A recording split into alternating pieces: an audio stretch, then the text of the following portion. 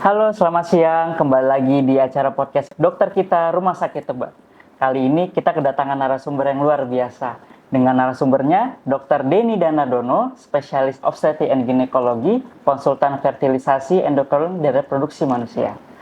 Mari, Dr. Denny, silakan untuk memperkenalkan diri.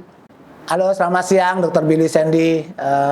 Saya perkenalkan diri. Nama saya Denny Danadono, spesialis obstetri ginekologi, konsultan fertilisasi, endokrin, dan reproduksi manusia. Terima kasih. Siang ini saya akan membicarakan tentang pentingnya menjaga kesehatan reproduksi manusia. Saya kembalikan kepada host. Silakan, Dr. Sandy. Ya, baik, terima kasih Dr. Denny. Ya. Kita akan membicarakan bagaimana pentingnya menjaga kebersihan pada reproduksi pada wanita ya dok ya. Ya. Memang di luar sana keluhan-keluhan tuh sangat banyak sekali. Mereka masih sangat awam, bahkan masih sangat bingung bagaimana cara menjaga alat reproduksinya mereka itu. Apakah harus dibersihkan dengan cairan pembersih atau tidak? Mungkin boleh Dokter Denny sedikit memberikan edukasi kepada wanita-wanita di luar sana bagaimana cara untuk menjaga kebersihan reproduksi pada wanita. Silakan Dr. Denny. Terima kasih Dr. Billy. Jadi begini ya, ibu-ibu, mbak-mbak, kakak-kakak ya yang ada di luar sana. Jadi kita tuh pentingnya apa sih menjaga reproduksi kesehatan wanita ini ya. Sebelumnya saya menjelaskan tentang alat-alat reproduksi wanita ya. Ada reproduksi wanita itu ada yang namanya vagina ya, yang kemaluan yang biasa untuk melakukan senggama, kemudian ada rahim ya untuk tempat supaya seorang wanita itu bisa hamil, dan kemudian ada indung telur ya, dan sebelum ada sampai di indung telur itu ada namanya tabung atau kita kenal dengan tuba ya. Nah, itu adalah yang kita kenal dengan alat reproduksi wanita. Sebelumnya kita juga mengenal juga yang bagian luar. Yang bagian luar itu adalah bibir-bibir dari vagina, kemudian rambut ya, bagian rambut kemaluan sampai bibir vagina ya, pengeluaran air kencing ya, dan alat pusat terangsang seksual yang kita sebut dengan klitoris. Ya, itu adalah sebagian dari yang luar itu. Tidak kalah pentingnya juga di sana juga ada sebuah namanya kelenjar ya, yang biasa kita kenal dengan kelenjar Bartolini yang sering terjadi pembengkakan atau menjadi abses ya pada kelenjar tersebut. Sebelum kita menyapai itu semua, saya ingin menjelaskan bahwa yang paling sering ya untuk menjaga kesehatan reproduksi itu adalah mencegah terjadinya yang kita kenal adanya infeksi ya, infeksi.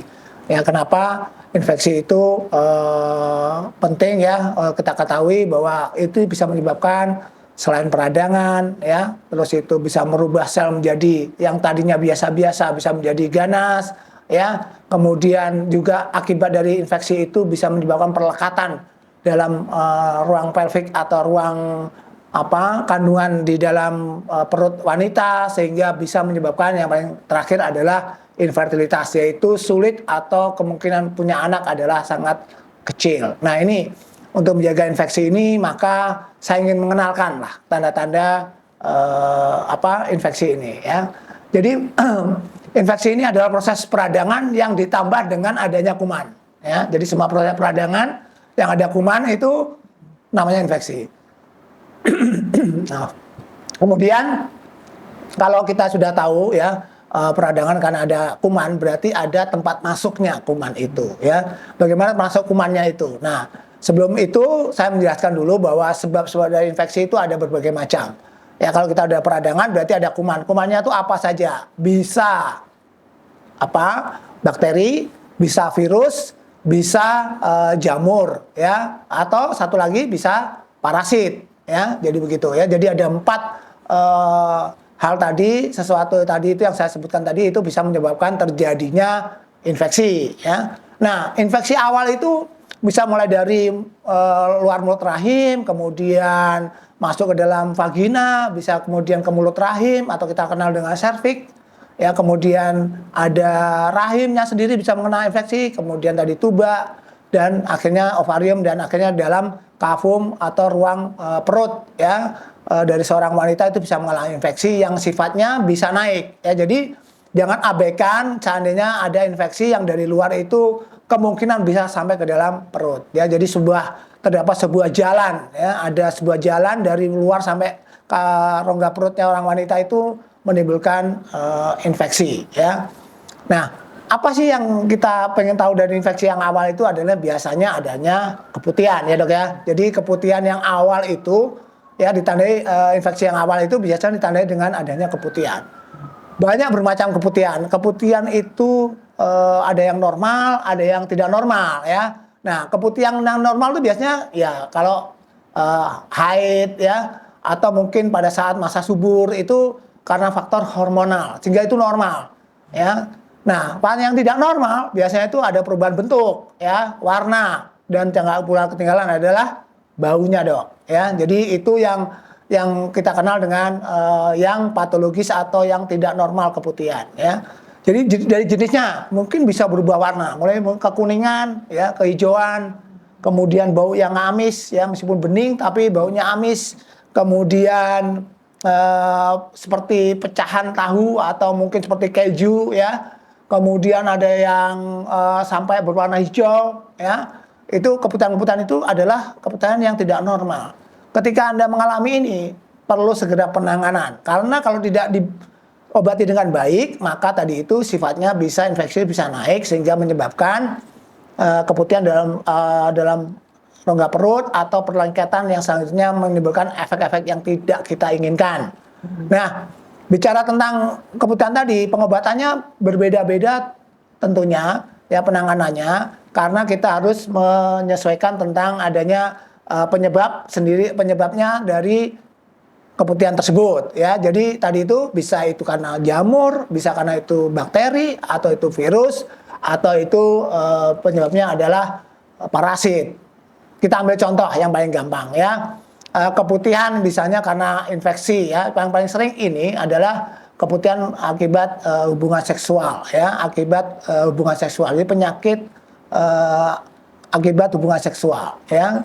Jadi itu menyebabkan keputihan paling sering ya. Nah, keputihan yang paling sering itu biasanya keputihannya itu berbau ya, misalnya gitu ya, atau berbau amis, kemudian keputihannya bening ya, atau kita kenal dengan sebutan adalah bakteri vaginosis ya. Jadi itu biasanya disebabkan karena parasit juga ya, ada bakteri juga, atau biasanya karena penyebab kuman dari yang sekitar anus yang kita kenal dengan E. coli ya, E. coli, yaitu akan bisa menyebabkan keputihan juga. Nah ini kalau ini dibiarkan terus, dia bisa bersifat sampai menaik sampai ke kandungan juga ya, sampai ke dalam rongga perut juga. Nah itu yang untuk tadi salah satu contoh. Mungkin dari kuman yang lain, virus misalnya, yang kita kenal sekarang adalah HPV ya, karena HPV itu juga menyerangnya adalah di mulut rahim ya, karena hubungan seksual ya. HPV itu salah satu yang bisa menyebabkan kanker ya, atau kita kenal dengan kanker mulut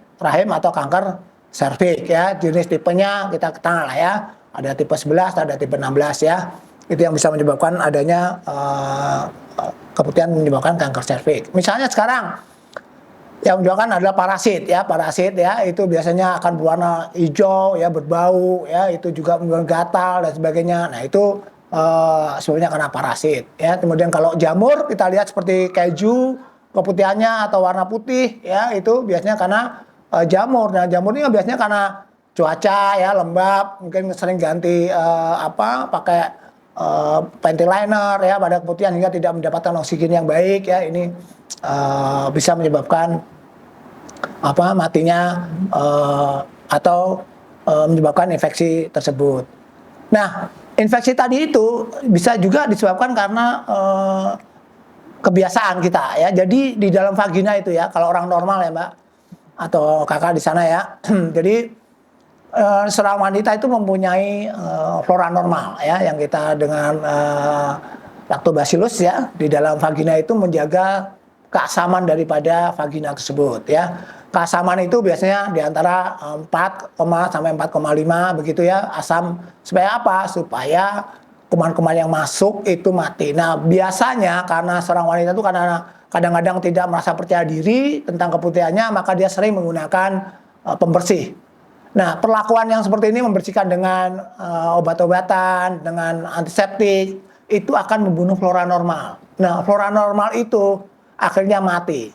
Ya, nah kuman-kuman autobasilis yang menghasilkan asam tadi itu mati sehingga berubahlah keasaman di dalam vagina itu, sehingga kalau ada kuman sedikit yang masuk maka mudah akan menjadi infeksi. Nah infeksi ini ya jadi karena perilaku aja yang salah tadi itu, sering merasa cebok dengan obat-obatan, dengan antiseptik, itu akan membuat keputihan. Nah keputihan tadi itu dengan segala tanda dan itu tadi supaya kita bisa tahu sebabnya, akan menyebabkan infeksi yang berlanjut. Ya, kemudian juga untuk pengobatan itu tidak sama, kita sesuaikan ya. Makanya kalau ada keputihan itu biasanya kita ambil sampelnya, ini karena sebabnya karena apa. Ya, selain melihat tanda-tandanya keputihannya, kita periksa ke laboratorium, ini sebabnya apa sehingga kita tahu kumannya. Kalau itu tahu kumannya, kita bisa mengobati, memberikan obat yang sangat tepat dan akan sembuh secara baik. Itu kira-kira penjelasan singkat saya untuk masalah keputihan yang berkaitan untuk menjaga kesehatan reproduksi wanita. Terima kasih dokter. Baik. Saya serahkan kembalikan. Terima kasih banyak dokter Ya. Denny atas penjelasannya, sangat lengkap sekali ya dok. Bagaimana keputihan itu terjadi, keputihan itu ada 2 macam, sampai pengobatannya. Tadi dokter sudah menjelaskan bahwa keputihan itu adalah ada keputihan yang normal, ada yang tidak normal ya dok ya. Ya. Ada yang fisiologis, ada yang patologis. Ya. Tadi yang patologis itu seperti warnanya bisa hijau, bisa kuning, penyebabnya juga banyak, ada 4 tipe. Tapi banyak dok pertanyaan dari para wanita di luar sana. Kalau misalnya muncul keputihan, itu kan seharusnya tidak normal semua ya dok ya. Berarti itu kan bisa karena normal juga. Ya. Nah itu tuh karena apa ya dok ya muncul keputihan itu? Jadi biar wanita di luar sana tuh paham, nggak selalu ada keputihan harus langsung dicari sabun pembersih segala macam seperti itu dok. Ya, jadi kita biasanya begini dokter, terima kasih pertanyaannya ya. Jadi baik, pertanyaannya bagus ya. Biasanya kalau wanita mau haid ya atau setelah haid itu biasanya menimbulkan keputihan. Nah keputihan yang sebelum haid itu karena hormonal ya, hormon estrogen ya, sehingga keluarlah itu cairan itu ya. Jadi cairan itu karena ada, kan kita melihat adanya sebuah sel ya atau lapisan sel ya di dalam alat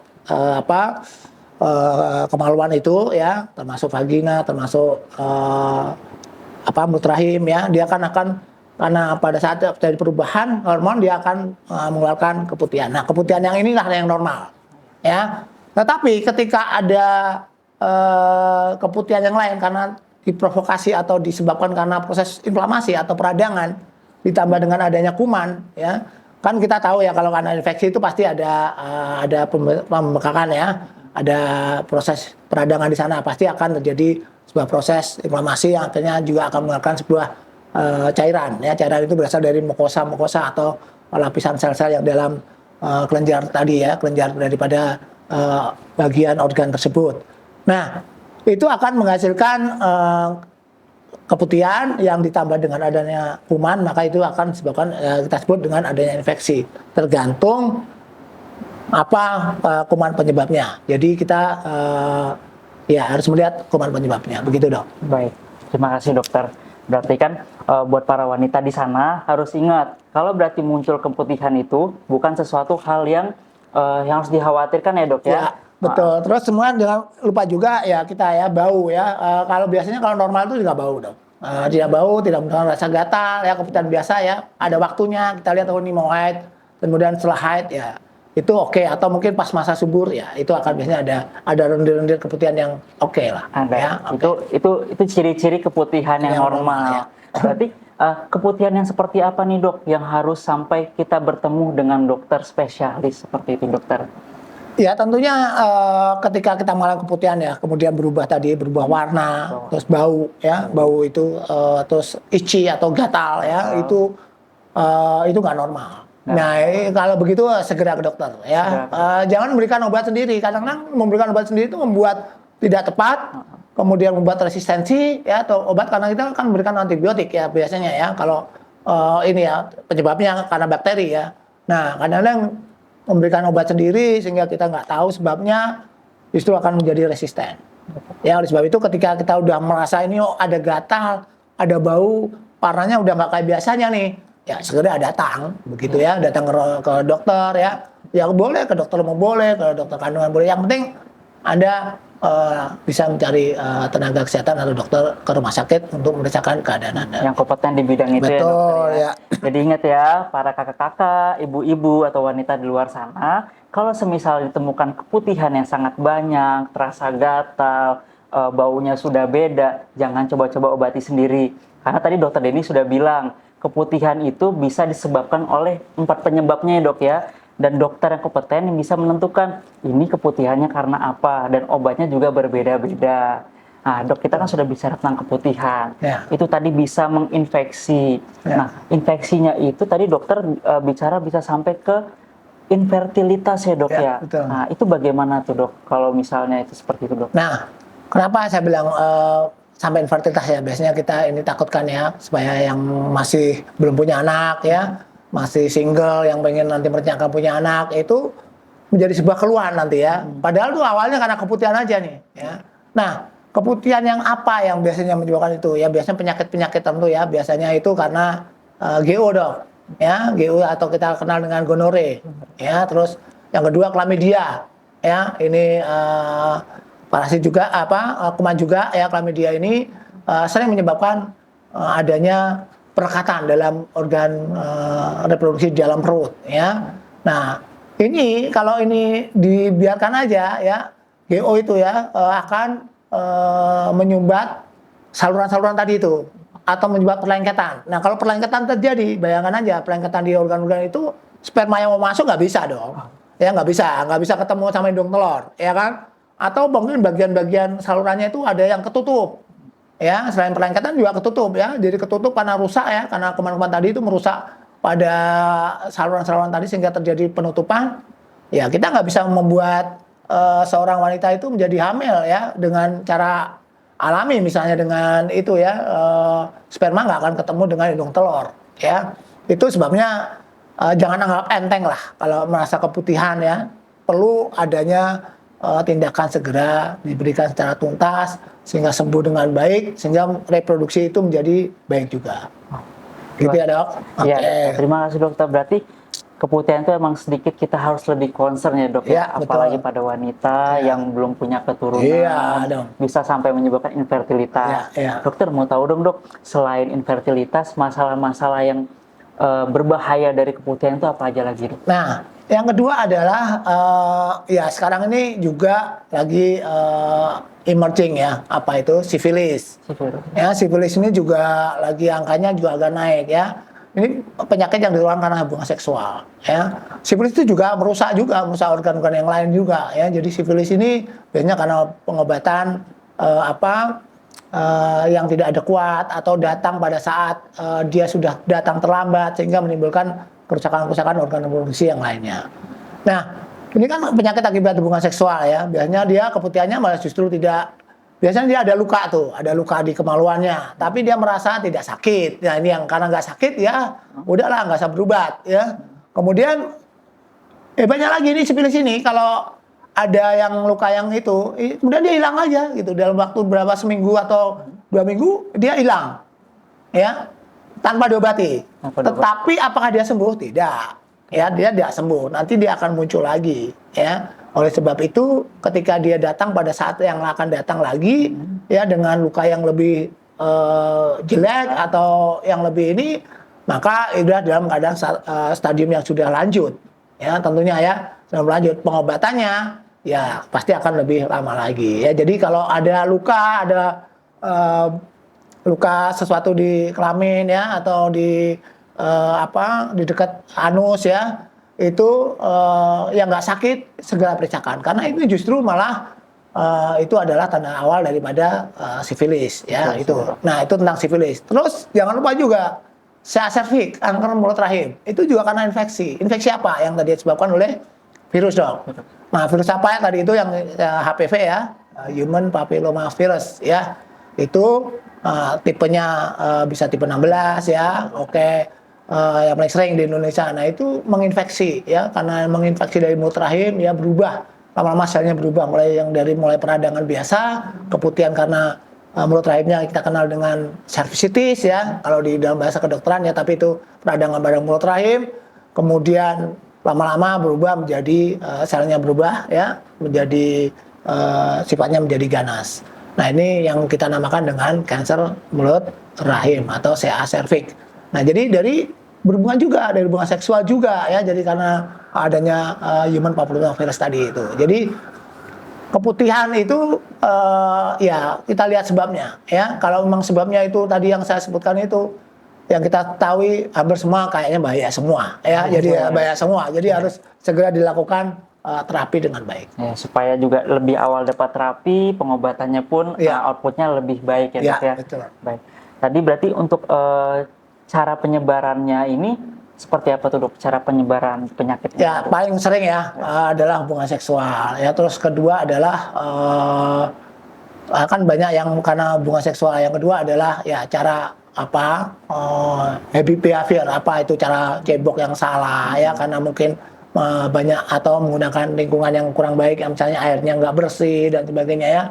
Terus sering mencuci vagina ya dengan antiseptik ya, dengan sabun ya, terus dengan apa air yang kurang bersih juga ya, yang mengandung banyak kuman juga, itu akan menimbulkan keputihan. Ya begitu.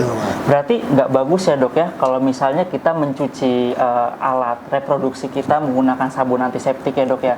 Seperti kan tadi dokter ini udah bilang ya di alat reproduksi kita itu punya bakteri juga ya dok ya, bakteri baik. Itu juga berarti bisa membunuh si bakteri baik itu ya dokter. Iya dokter. Oke.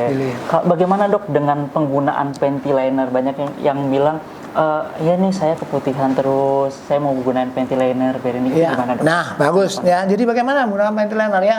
Panty liner itu kan hanya fungsinya kan hanya menampung cairan yang keluar. Tetapi efek samping dari itu kan bahwa vagina itu kan ada ruang terbuka ya, meskipun dia itu kan ada ruang yang terbuka. Kalau kita tutup ya, jadi oksigennya itu nggak bagus ya di situ. Jika juga bisa menyebabkan pembunuhan atau membunuh tadi itu bakteri normal tadi ya, bakteri baik tadi itu ya.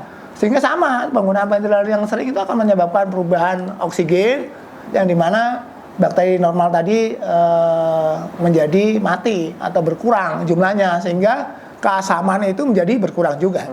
Iya ya, menghilang atau bahkan bisa menghilang asamnya ya, atau meningkat menjadi basah sehingga nanti munculnya kuman ya. Ya gitu dok ya. Berarti dari dokter Denny penggunaan panty liner tidak direkomendasikan lah dok ya? Iya digunakan ya pada saat menstruasi aja.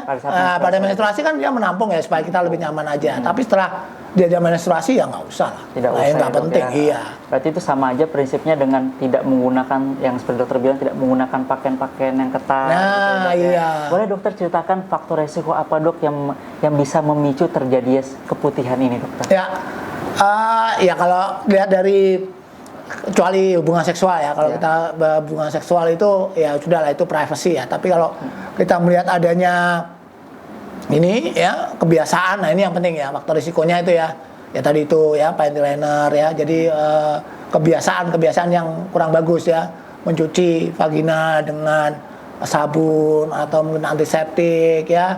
Kemudian yang ketiga juga menggunakan pakaian yang ketat yang mengganggu oksigenasi daripada di daerah vagina tadi ya. Kemudian ya berat badan juga ya, kalau obesitas ya maaf ya, mungkin yang berat badannya akan banyak begitu, tinggi gitu ya, kan juga berkeringat ya. Keringat itu kan juga membuat ya, akan membuat jamur lah ya, tumbuh jamur lebih banyak, sehingga di dalamnya pun sama ya, akan terjadi hal-hal yang sama begitu ya ketika seorang obesitas ya. Jadi ya harus faktor risiko yang bisa menyebabkan keputihan harus kita hilangkan, termasuk berhubungan seksual bukan dengan partner atau berganti-ganti partner ya, gitu juga harus kita waspadai, harus kita itu menjaga risiko terjadinya keputihan. Baik dok, berarti faktor risiko lumayan banyak ya dok ya.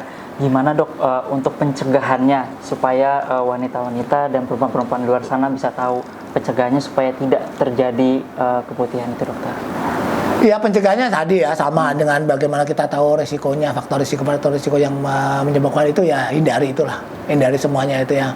Tidak berganti-ganti pasangan, kemudian ya menjaga kebersihan reproduksi ya, cukup dengan bilas air dengan air bersih ya. Terus kenali kalau terjadi keputihan, datang ke dokter, gitu aja dok.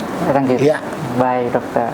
Wah, sangat edukatif sekali ya materi dari Ya. Dokter Denny ini. Terima kasih banyak ya dokter. Dokter ada lagi mau ingin disampaikan untuk terakhir?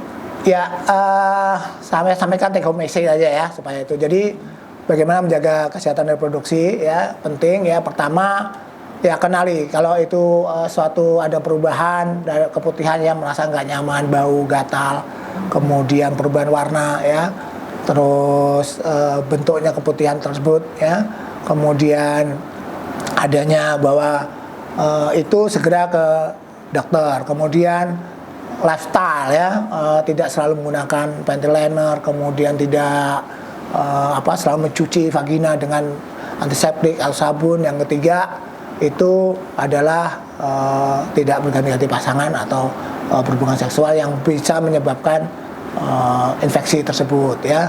Jangan lupa juga kalau Anda punya pasangan, Anda punya keputihan, periksakan juga pasangan Anda untuk diberikan obat ya.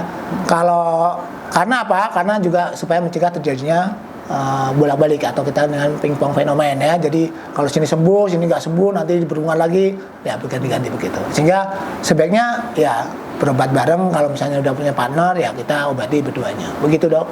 Gitu ya.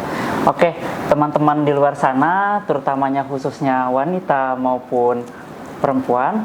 Jadi tadi kita sudah mendengar materi dari edukasi dari Dr. Denny Danadono, spesialis obstetri dan ginekologi.